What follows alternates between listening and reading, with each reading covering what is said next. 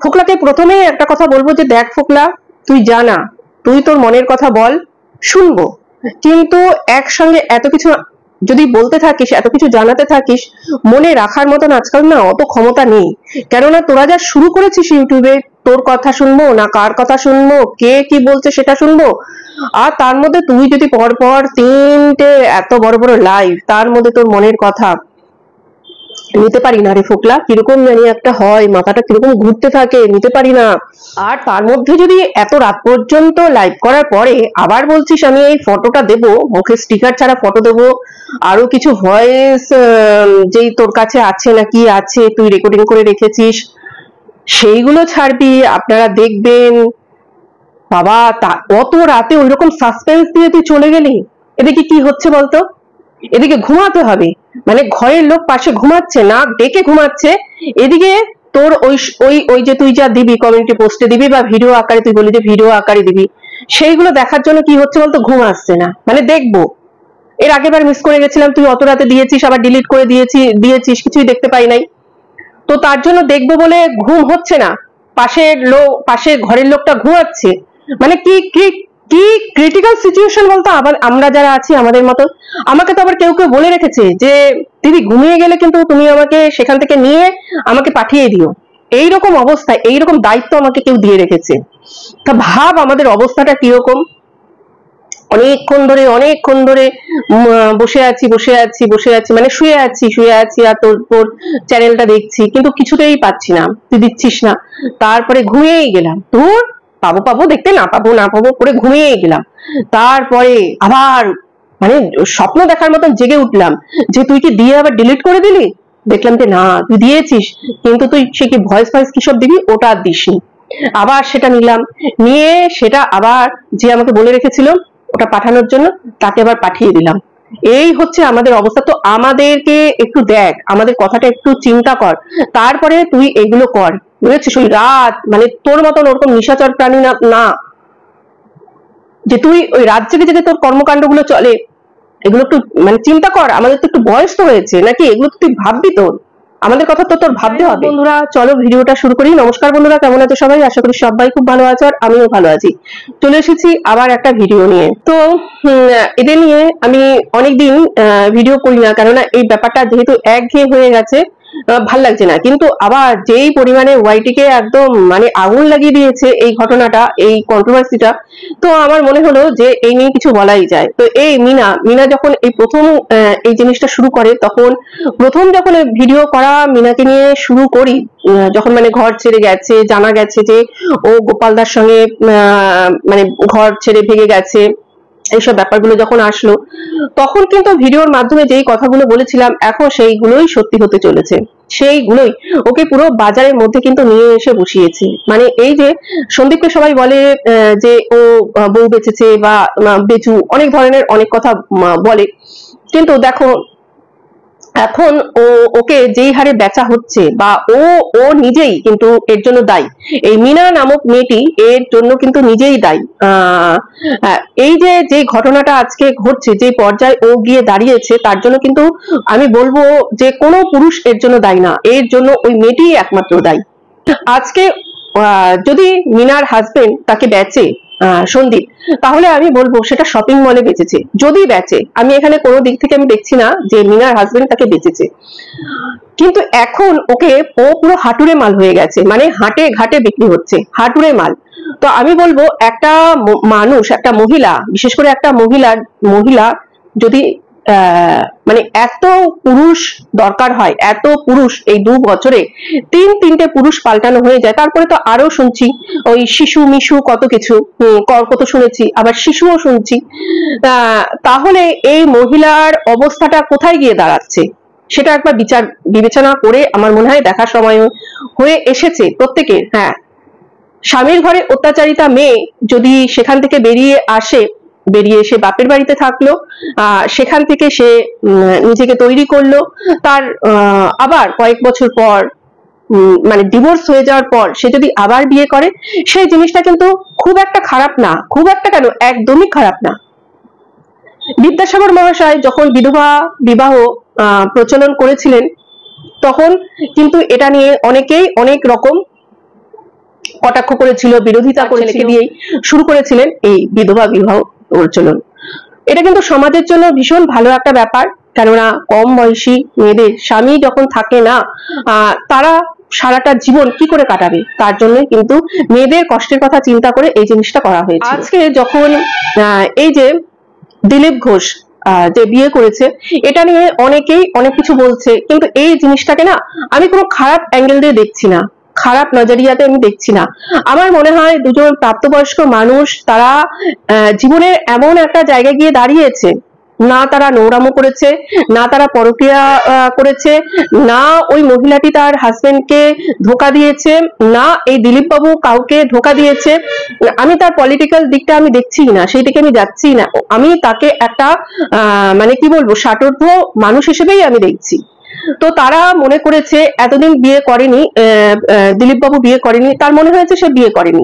এখন এই বয়সে আসার পরে তার মনে হয়েছে যে আমার এখন একটা জীবনসঙ্গী দরকার। ওই যে মহিলা মানে যিনি রিঙ্কু দেবী, তার মনে হয়েছে যে তার এখন একজন সঙ্গী দরকার। তো তার ডিভোর্স হয়ে গেছে, বহু বছর হয় ডিভোর্স হয়ে গেছে, তার ছেলেকে বড় করেছে, ছেলে 30 বছরের মনে হয় বয়স বা তার বেশি হবে, সে চাকরি বাকরিও করছে, তার ছেলেরও কিন্তু কোনো এতে আপত্তি নেই। তো তাদের মনে হয়েছে আমাদের এখন দুজনকে দরকার, মানে সঙ্গী হিসেবে দরকার, কেননা এই বয়সে এসে কিন্তু তাদের কোনো শারীরিক যে চাহিদা সেটা আমার মনে হয় থাকে না। বৃদ্ধ বয়সে দেখবে কোনো স্বামী যদি বউ মারা যায়, তখন সেই মানে কষ্টটা যে তাদের কতটা কষ্ট, সেটা যারা যারা চোখের সামনে থেকে দেখেছে তারা কিন্তু সেটা ফিল করতে পারবে। কেননা তাদের কোনো অসুবিধা হলে, তাদের কোনো শরীর খারাপ হলে বা তাদের কোনো মনের কথা বলার হলে তারা যে সঙ্গিনী তাকে কিন্তু পাচ্ছে না, বা যে মহিলা তার যে হাজবেন্ড তাকে কিন্তু পাচ্ছে না। এদিকে ছেলে মেয়েদের বিয়ে হয়ে গেছে, তারা তাদের মতন আলাদা করে ঘর সংসার করছে, তারা অতটাও কিন্তু মা বাবার যে কথা সবসময় তারা চাইলেও শুনতে পারবে এমন কিন্তু কোনো কথা না। এই যে আমরাও তো মেয়ে, আমাদের বিয়ে হয়ে গেছে, আমরা আমাদের সংসার ফেলে আমরা কতটা মানে মা বাবাকে দেখতে পেরেছি, তাই না? যদিও আমার মা বাবা অনেক তাড়াতাড়ি চলে গেছে, তো আমরা মেয়েরা কিন্তু অতটাও মা বাবার জন্য করতে পারি না, কেননা সাংসারিক একটা চাপের জন্য। সংসারে আমরা এতটা ব্যস্ত হয়ে পড়ি, নিজের সংসার হওয়ার পরে, নিজের সন্তান হওয়ার পরে আমরা সেই সন্তান বড় করব, সংসার দেখভাল করব, এই নিয়েই আমরা মেতে থাকি। তখন কিন্তু আমরা বাবা মাকে অতটাও ভালো করে মানে দেখভাল করা, তাদের কথা শোনা, এগুলো আমরা করতে পারি না। ওই গেলাম, দুদিন বেড়ালাম, আনন্দ ফুর্তি করলাম, চলে আসলাম, ফোন করলাম কেমন আছো, এইটুকুনের মধ্যেই আমাদের সীমাবদ্ধ থাকতে হয়। কাছে থাকলে সেই ব্যাপারটা কিরকম হয় আমার জানা নেই, কেননা আমার তো সেরকম কোনো ছিল না যে কাছে থেকে সেই ফিলিংসটা, আমি সেই ব্যাপারটা আমি বলতে পারবো না। তো এইবার এই যে মিনার কথা বলছি, মিনা যে জিনিসটা করেছে, মানলাম ওর স্বামী খারাপ, 5 বছর সেখানে ঘর করেছে, ওর স্বামী খারাপ, কিন্তু আমরা ইউটিউবে যেটা দেখেছি তার মধ্যে কিন্তু কখনো সেটা মনে হয়নি। সবই দেখেছি, ঘুরেছে, বেরিয়েছে, রেস্টুরেন্টে খেয়েছে, ভালো ভালো জামা কাপড় পরেছে, সব আমরা দেখেছি। হলো না, সেখানে ঘর করতে পারলো না, সেখান থেকে বেরিয়ে এসে কি করলো, ফোকলার সঙ্গে ঘর বাঁধলো। কি অবস্থা না, ডিভোর্স না করেই ফোকলার সঙ্গে ঘর বাঁধলো। তারপরে এখন ফোকলাও এই 1.5 বছরের মধ্যে ফোকলাও আর টিকলো না, ফোকলাকে এখন ওখান থেকে সরিয়ে দিয়ে কি করলো, মানে ও আগে একজনকে জোগাড় করে তারপরে তার আগের যে স্বামীটাকে তাকে তাড়ায়। হ্যাঁ, তো এখন জোগাড় করেছে ওই টোটোওয়ালা কর্ক, তাকে জোগাড় করেছে, তার সঙ্গে শুনলাম আবার শিশু বলে কেউ আছে, তাকেও জোগাড় করেছে। মানে এ বহু পুরুষে আসক্ত একটি নারীতে পরিণত হয়েছে। তো আমি মিনাকে এটা বলবো যে মানে তুই যখন এটা করেছিস, এটাতে তুই এতটা আসক্ত হয়ে গেছিস, তোর অভ্যেসে পরিণত হয়ে গেছে জিনিসটা, মাঝে মধ্যে একটুখানি ডাক্তার দেখিয়ে নিস, একটু চেকআপ টেকআপ করিয়ে নিস, কেননা এই থেকে যৌন রোগ তোর হওয়ার সম্ভাবনা আছে। কেননা যে পুরুষরা তোর কাছে যাচ্ছে তারাও কিন্তু যে খুব ভালো পুরুষ আমি বলবো তা কিন্তু না, তারাও নানান জায়গা মানে জল খাওয়া, নানান জায়গা ঘাটা, তারপরে তোর কাছে যাচ্ছে। যেমনি তুইও নানান জায়গায় ঘাটা একটা মহিলা, তেমনি তারাও কিন্তু সেই রকম, কেউ কিন্তু ভালো ভদ্র ঘরের পুরুষ তোর কাছে কিন্তু যাচ্ছে না। তো আমি বলবো নিজেকে মানে শারীরিক দিক থেকে সুস্থ রাখার জন্য এইরকম ধরনের কাজ যখন তুই করছিস, তুই একটু ডাক্তারের চেক আপের মধ্যে থাকিস, মাঝে মধ্যে এটা করিস কিন্তু। এবার বলছি, এই মিনা যদি সত্যিকারেরই ওখান থেকে এতটাই অত্যাচারিত হতো, ও যদি ওই সময় ওর ছেলেকে নিয়ে বেরিয়ে এসে তার মা বাবার কাছে থাকতো, তাহলে কিন্তু সেলটা একদমই অন্যরকম হতো, একদমই। আজকে যখন থেকে এই কন্ট্রোভার্সিটা শুরু হয়েছে, তখন থেকে যেই পরিমাণ মানুষ মিনার শ্বশুর বাড়ির পক্ষে ছিল, তারাও কিন্তু মিনার পক্ষেই থাকতো।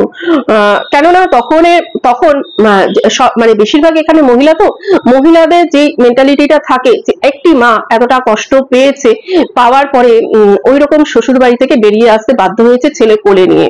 তো তাহলে এই মাটির সঙ্গে থাকবো, মাটিকে আমরা মানে সঠিক বিচার দেওয়ার ব্যবস্থা করব, এইরকম একটা তাহলে কিন্তু পরিস্থিতি আসতো। আর মিনা কিন্তু তাহলে প্রচুর পরিমাণে সবার যে সহানুভূতি বা সাপোর্ট সেটা পেত। কিন্তু সেখানে মিনা কি করেছে না, ছেলেটিকে ট্যাকে নিতে সে ভুলেই গেছে। সে সবকিছু সঙ্গে করে নিয়েছে, জামা কাপড় ডকুমেন্টস সবকিছু নিয়েছে, কিন্তু এখানে সে ছেলেটিকে নিতে পারেনি। হ্যাঁ, কালকে তো আমাদের কাছে পুরোটাই পরিষ্কার হয়ে গেল যে ও এখানে ঘর করতোই না, কেননা ওর দাদার বিয়ে ছিল 1 মাস বাকি। দাদার বিয়ে পর্যন্ত ও এখানেই থাকতো, মানে ও শ্বশুর বাড়িতেই থাকতো। তারপরে যখন ওর দাদার বিয়েতে যেত, ততদিনের ফোকলা ওখান থেকে চলে আসতে বলেছিল। তারপরে কিন্তু ও আর দাদার বিয়েতে বাপের বাড়ি গিয়ে আর ফিরতো না। ও তারপরে একটা ডিভোর্সের ব্যবস্থা করে এই ফোকলার সঙ্গে ঘর বাঁধার ওর পরিকল্পনা ছিল। কিন্তু এর মধ্যে ওর স্বামী ও সব এই ঘটনাগুলো ধরে ফেলে, আর তার ফলে হয়ে যায় ব্যাপারটা খুব এইদিকে চলে যায়। এদিকে ফোকলাও কিন্তু যে একদম মানে ও কিন্তু চেয়েছিল, ও বলছে ও মিনাকে ঘর থেকে বের করে নিয়ে আসতে চায়নি, বা ও ওখান থেকে আসতে চায়নি। ও কিন্তু ওর যে প্রথম মানে ওর ভয়েস, মানে প্রথম না, ওর ভয়েস একটা ফাঁস হয়েছিল যে 1 লাখ টাকা ইনকাম, তখনই কিন্তু বোঝা গেছে যে এই ফোকলা কতটা ধূর্ত, কতটা লোভী একটা মানুষ, যে ইউটিউব করে 1 লাখ টাকা ইনকাম করা যায়।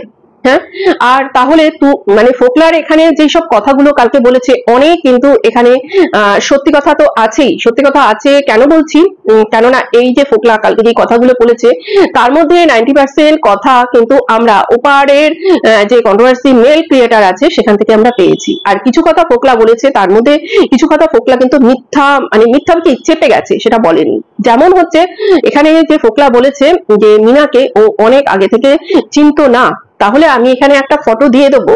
ফোকলা, তুই যদি আমার ভিডিওটা দেখিস, তুই একটু বলিস তো যে অত কম বয়সে বিয়ের আগে তোর সঙ্গে মিনার পেছনে তুই কি করছিস? এটা তো তুই এই জায়গাটা দেখিস, তুই ওটা কি করছিস তুই? তারপরে বলি, তুই তোদের সঙ্গে এত মানে দুদিনের, ওই কদিনের 27 দিনের মধ্যে মনে হয় তোদের সঙ্গে পরিচয়, এর মধ্যেই তুই কি করে বললি যে মিনাকে, যে এই মেয়েটা বাপের বাড়িতে একটা কুটোটি নেড়ে খায়নি, একটা ভাত নিয়ে খায়নি, ভাত বেড়ে খায়নি, সেই মেয়েটা আজকে কত কাজ করতে হচ্ছে শ্বশুর বাড়িতে, আর এখানে শুধু দই দিয়ে না কি দিয়ে ভাত খাচ্ছে। হ্যাঁ, খেতে মানে ও এইসবগুলো খেতে পারে না, ওর কষ্ট হয় খেতে। তুই এত কথা কি করে জানলি? তাহলে ওই 27 দিনের পরিচয় তোকে এত কথা ও বলেছিল যে ও বাপের বাড়িতে কিচ্ছু করেনি, কোনো কিচ্ছু করেনি, সেই সব তোকে গল্প করেছিল? বলিস তো। এই জায়গাটা না আমার একটু জল মেশানো লাগলো, যে তুই ওকে অনেক আগে থেকে চিনতিস না। তুই একটু ঠিক করে বলিস তো। ও বলেছে যে তুই ওর মানে তোর বোনের শ্বশুর বাড়ি, ওদের স্কুলের ওখানে ও তোকে দেখেছে, আচ্ছা তুই আর 2018 সালে ওকে একবার মেসেঞ্জারে হাই হ্যালো পাঠিয়েছিলি, সেটা কেন পাঠিয়েছিলি? মানে এমনি কি এরকম টোপ ফেলতে ফেলতে পাঠিয়েছিলি, না কি পাঠিয়েছিলি? প্রথম তুই বললি 2018 সালে, সেটা কি ওর বিয়ে তখন হয়ে গেছিল, না বিয়ে হওয়ার আগে? এটা কিন্তু তুই বলিসনি, বা আমি শুনতে সেটা আমি স্কিপ করে গেছি, এটাও হতে পারে। একটা ছেলে খারাপ হতে পারে, একটা শ্বশুর বাড়ি খারাপ হতে পারে, কিন্তু সবাই খারাপ? এই যে সন্দীপ খারাপ, এই যে ফোকলা খারাপ, সন্দীপের বাড়ির লোক খারাপ, ফোকলার বাড়ির লোক খারাপ, তাহলে দুনিয়াতে ভালো কে? ভালো হচ্ছে এই মিনাই একমাত্র ভালো, আর কেউ কিন্তু দুনিয়াতে ভালো না। কেননা মিনার সঙ্গে মিনা এতটাই ভালো যে মিনার সঙ্গে কেউ ঘর করতে পারে না। আমি বলি কি, নিজের চরিত্রটা আগে ঠিক কর, নিজেকে আগে ঠিক কর, তাহলে দেখবি দুনিয়ার সবাই ঠিক হয়ে গেছে। কিন্তু তুই এখন এতটা কি বলবো লোকের কাছে অ্যাভেলেবেল হয়ে গেছিস না, এরপরে দেখবি 2 টাকার মতনও তোকে কেউ নেবে না, 2 টাকা দিয়েও তোকে কেউ নেবে না। আজকে তুই এতটা পরিমাণে লোকের ভালোবাসা পেয়েছিলি, তুই কি না করতে পারতিস বলতো?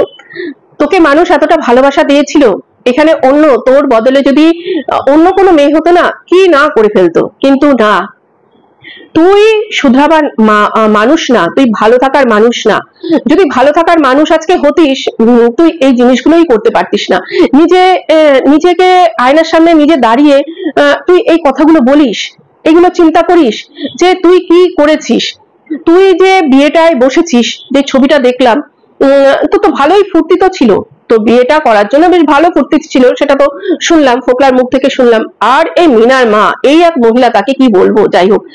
তো তুই যখন বসে ওই বিয়ে নামক কর্মকাণ্ডটা করছিলি, তখন তোর একবারও তোর বাচ্চাটার কথা মনে হয়নি না রে? একবারও তোর বাচ্চাটার কথা মনে হয়নি? হ্যাঁ, কি ধরনের তুই মানে মেয়ে রে? কত মানুষের দেখ বাচ্চা হয় না, এই ইউটিউবেই আছে, কত মানুষের বাচ্চা হয় না, কত কিছু করে যাচ্ছে, তাও তাদের সন্তান হচ্ছে না। কিন্তু তোকে সন্তান দিয়েছে, তারপরে তুই এইরকম করলি। এরপরে যদি তোর ঘর কখনো বসে, সত্যিকারের ঘর কখনো বসে, আমার তো মনে হয় না তুই এতটা হাঁটুরে মাল হয়ে গেছিস তোর কখনো ঘর বসবে, তুই কখনো ভালো মানে সংসার বলে যে জিনিসটা সেটা করতে পারবি, আমার মনে হয়। কিন্তু আজকে তোর জন্য যে কালিমা, মানে যে কালিগুলো, কি বলবো, তোর জন্য তোর ছেলের গায়েও কিন্তু এই কালিগুলো লেগে যাচ্ছে। এইগুলো কিন্তু তোর ছেলের গা থেকেও কেউ ওঠাতে পারবে না। আস্তে আস্তে যত বড় হবে না, এই সমস্ত গুলো কিন্তু ওকে কুড়ে কুড়ে খাবে, কুড়ে কুড়ে খাবে। মানে সত্যি ভগবানের কাছে এটাই চাইবো, যেন ওই বাচ্চাটা তো একটা নিষ্পাপ বাচ্চা, ওই বাচ্চাটাকে এইসব প্রশ্নের সম্মুখীন যাতে না হতে হয়। কিন্তু হতে হবে, এটাই বাস্তব। আস্তে আস্তে যখন বড় হবে, ওরও তো বিয়ে শাদী এরকম একটা ব্যাপার আসবে, ওরও হয়তো কাউকে ভালো লাগবে, তখন 2 বাড়ি থেকে কথাবার্তা হবে, তখন ওর মায়ের কথা জানতে চাওয়া হবে। তখন যখন সবাই জানবে যে ওর মা এইরকম, তো ইউটিউবে তো এরকম ছিল, হয়তো ইউটিউবটা তখন থাকবে না, কিন্তু অনেকেই তো এই ঘটনাগুলো দেখেছে। ওর যখন শ্বশুরবাড়ির লোকরা তখন তাদের মনে পড়বে, তখন তারা বলবে এইরকম একটা মায়ের ছেলে।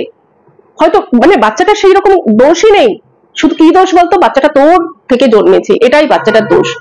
সেই কালিটা নিয়েই বাচ্চাটাকে থাকতে হবে। হয়তো তার বিয়ে হলো, বিয়ে হওয়ার পরে এমন হয় না, স্বামী স্ত্রীর মধ্যে কোনো একটু ঝামেলা হয়েছে, কি হয়েছে, ওর যে বউ সে হয়তো ওকে বলেই দিল, ওই তো তোমার মা, সে তো এইরকম ছিল।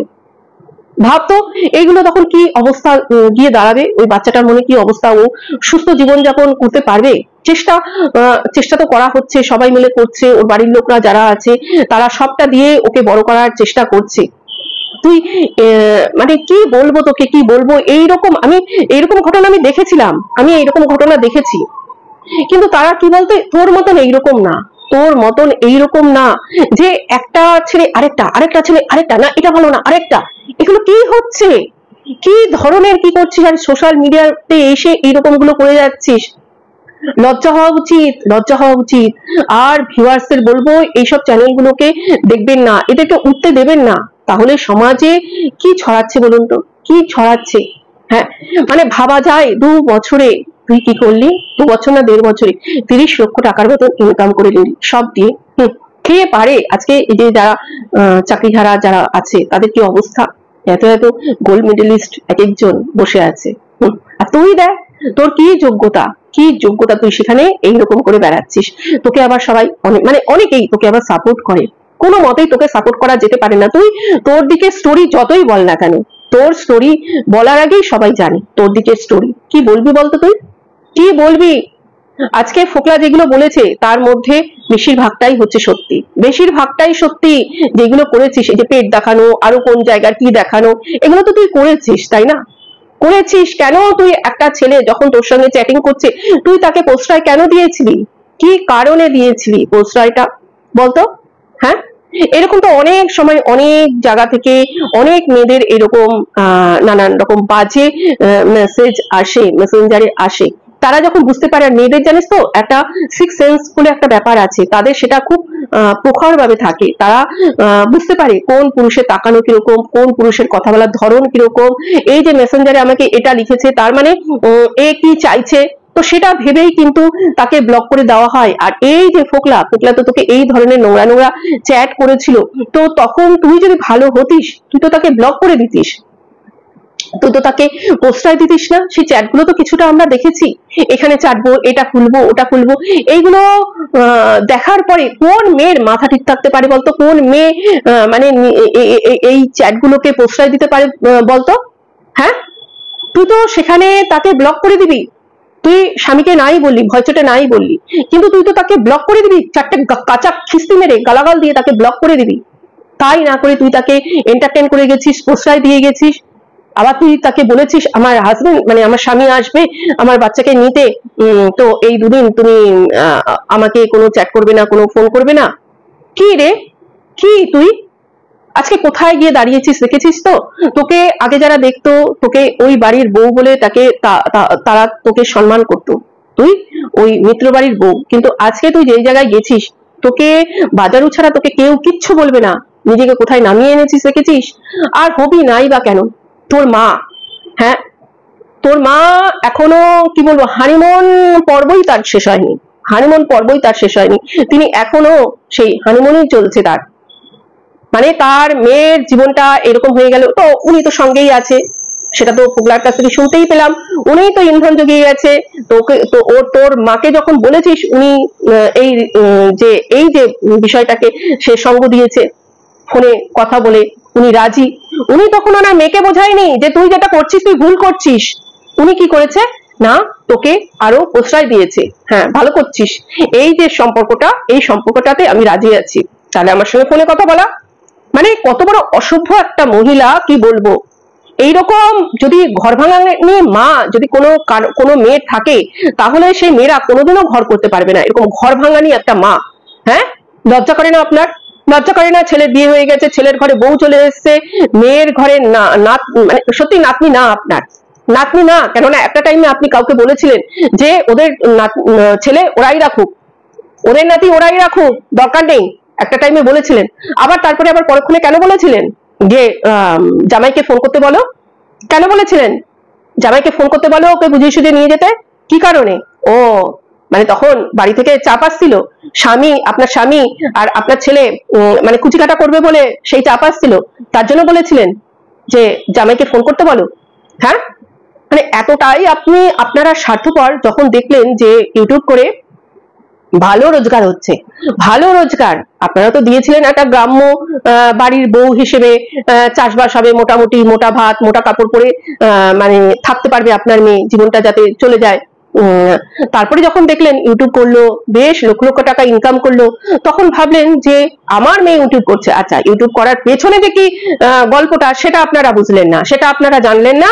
আপনার মেয়ে ক্যামেরা ঘুরে ঘুরে মুখটা দেখায় বলে আপনার মেয়ে ইউটিউব করছে, আপনার মেয়ে ইনকাম করছে, তাহলে এই টাকার ভাগ আমাদেরও চাই। তখন থেকে ফোন দিয়ে আরম্ভ করলেন না যে এইরকম একটা কিছু একটা যাতে হয়, বা কিছু একটা করবো, বা মেয়ে আপনার ওখানে যেত যখন, বা ফোন করতো যখন, আপনি কি করতেন? আপনারা ওই ফোনে মন্ত্রণা দিতে থাকতেন যে এত টাকা ইনকাম করিস, তাহলে তোর কাছে নেই কেন, তোর কাছে নেই কেন?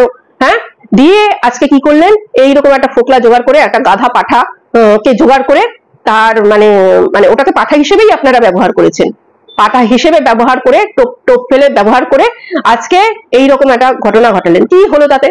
কি হলো? হ্যাঁ, আপনার মেয়ে কিছু টাকা ইনকাম করলো, সেই কিছু টাকার থেকে কি হলো, ফোকলার লাভটা হলো, ফোকলার বাড়িটা ওইরকম সুন্দর করে গুছিয়ে নিতে পারলো, আপনাদেরও লাভ হলো, আপনারাও কিছু টাকা নিজেরা গুছিয়ে নিতে পারলেন।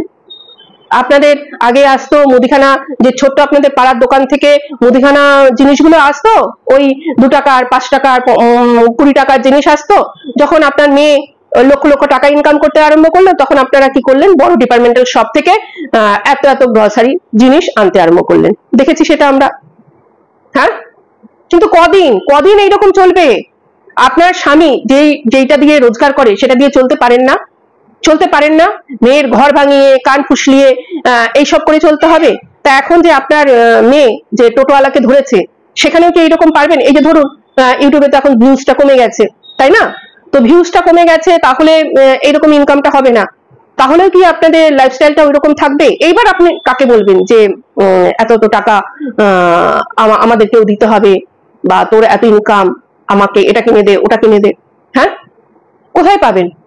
মানে লোভ করতে করতে করতে করতে আজকে এই পর্যায়ে এসছেন। একটা সংসার আপনারা ভেঙে ছারখার করে দিলেন। সংসারটাকে জোড়া লাগানোর একবার চেষ্টা করলেন না? ওই সেই কুচবিহারের না শিলিগুড়ির কাকু কাকিমা এসে যখন বলল কেন, তখন একবারও বোঝাতে পারলেন না মেয়েকে? একবারও বোঝাতে পারলেন না যে একবার অন্তত চেষ্টা করি? হ্যাঁ, আর কালকে আপনার মেয়ে ফোন করেছিল কেন? আপনার মেয়ে ফোন করেছিল কেন সন্দীপকে? ও এখন সব ফাঁস করে দিচ্ছে দ্বিতীয় স্বামী, তার জন্য এখন প্রথম স্বামীর কথা মনে পড়েছে? ফোন ধরেনি, বেশ করেছে ফোন ধরেনি। কেন ধরবে? যখন ফোন করে বলেছিল যে যা হয়েছে ভুল হয়েছে, মাথা ঠান্ডা হয়েছে, চলে এসো বাড়িতে, ছেলের জন্য অন্তত চলে এসো, তখন কেন বুঝিয়ে সুঝিয়ে পাঠাতে পারেননি? গাড়ি নিয়ে, গাড়ি ভাড়া করে নিয়ে মেয়েকে দিয়ে আসতে পারেননি? তখন দিয়ে আসতে পারেননি? এখন তো পুরো বোঝা যাচ্ছে কেন চটজলদি আপনারা ওই মেয়েকে বিয়ে দিয়েছিলেন, কি কারণে। মেয়েকে রাখতে পারছিলেন না ঘরে, এটাই হচ্ছে সত্যি কথা। ওই মেয়েকে আপনারা রাখতে পারছিলেন না, তখন আপনারা ভাবলেন যে একটা এত দূরে বিয়ে দেবো, গ্রামগঞ্জের দিকে বিয়ে দেবো, যে বিয়ে দিলে এ ওখানে গিয়ে যা খুশি কর, স্বামীর বাড়ি গিয়ে যা খুশি কর, আমরা তো ঝাড়া হাত পা হয়ে যাই, আমরা তো চিন্তামুক্ত হই। আমরা এখন পুরো দমে বুঝতে পারছি, কেননা এরকম গুলো হয়, দেখা যায়, এইরকম অনেক দেখা যায়, আর অনেক ঘটনা আছে। হ্যাঁ, স্বামীর সঙ্গে বনিবনা হলো না, এরকম মানে তৃতীয় পার্সন এসে, এরকম অনেক সময় হয়। হওয়ার পরেও কিন্তু সংসার টিকে যায় কি কারণে? সন্তানদের জন্য, সন্তানদের জন্য টিকে যায়। কিন্তু আজকে আপনার মেয়ে যেটা করছে, মানে এই যে মিনা যেটা করছে, কি করছে এগুলো? হ্যাঁ, আপনি মা হয়ে একবার বুঝতে পারছেন যে ওর শেষ পরিণতিটা কি হবে? ছেলেদের কিচ্ছু হবে না আজকে, সন্দীপেরও কিচ্ছু হবে না আজকে, ফোকলারও কিচ্ছু হবে না আজকে, যে কর্ক বলে যে আছে তারও কিচ্ছু হবে না। সন্দীপও একটা টাইমে বিয়ে করবে, এই ফোকলাও হয়তো একটা টাইমে বিয়ে করবে, ওই কর্ক আবারও হয়তো আরেকটা মানে বিয়ে করবে, কিন্তু আপনার মেয়ের কি অবস্থাটা হবে একবার ভাবুন, একবার ভাবুন। এখনো সময় আছে। লোকে ওকে কি নামে জানবে? আর আপনাদের গ্রাম অঞ্চলের জায়গা, এক ডাকে কিন্তু আপনার মেয়েকে সবাই চিনতে পারবে। আর সেটা কি নাম, কি ডাক, সেটা বুঝতে পারছেন তো? বুঝতে পারছেন? করুণ পরিণতি হতে চলেছে আপনার মেয়ের, করুণ পরিণতি। আপনাদের যদি লজ্জা থাকে এখনো ওকে বোঝান, ওকে বোঝান। আর ইউটিউব করতে বারণ করুন। টাকা পয়সা সব শেষ হয়নি, সেটা সবাই বোঝে। যা টাকা পয়সা আছে, ওই যে গয়নাগাটির বিজনেস, ওটাই করুক, ওটাই করুক। অনেক হয়েছে সোশ্যাল মিডিয়ায় এসে এরকম মানে নৃত্য দেখানো, আমরাও দেখেছি, আপনারা দেখিয়েছেন, অনেক হয়েছে। একটা ভালো বুদ্ধি দেওয়ার নেই, বোঝানোর কেউ নেই। আর এই বক নামক মানুষটি, উনি সমাজ সেবা করে, উনি যদি সত্যি সমাজ সেবা করে থাকে, আজকে এই মেয়েটাকে বুঝিয়ে সুঝিয়ে ঠিক পথে কেন আনতে পারলো না? একের পর এক পুরুষ পাল্টাচ্ছে, একের পর এক পুরুষ পাল্টাচ্ছে, কি ধরনের অসভ্যতা চলছে? এটা কি কোনো সুস্থতার লক্ষণ? একটা মেয়ের মানে বছর ঘুরতে না ঘুরতে পুরুষ পাল্টাচ্ছে, বছর ঘুরতে না ঘুরতে পুরুষ পাল্টাচ্ছে, এটা কি দেখাচ্ছে? কি দেখাচ্ছে? ছি ছি ছি ছি ছি ছি ছি। বাপরে। টাটা বন্ধুরা, ভালো থাকুন। টাটা বন্ধুরা, ভালো থেকো, সুস্থ থেকো। টাটা।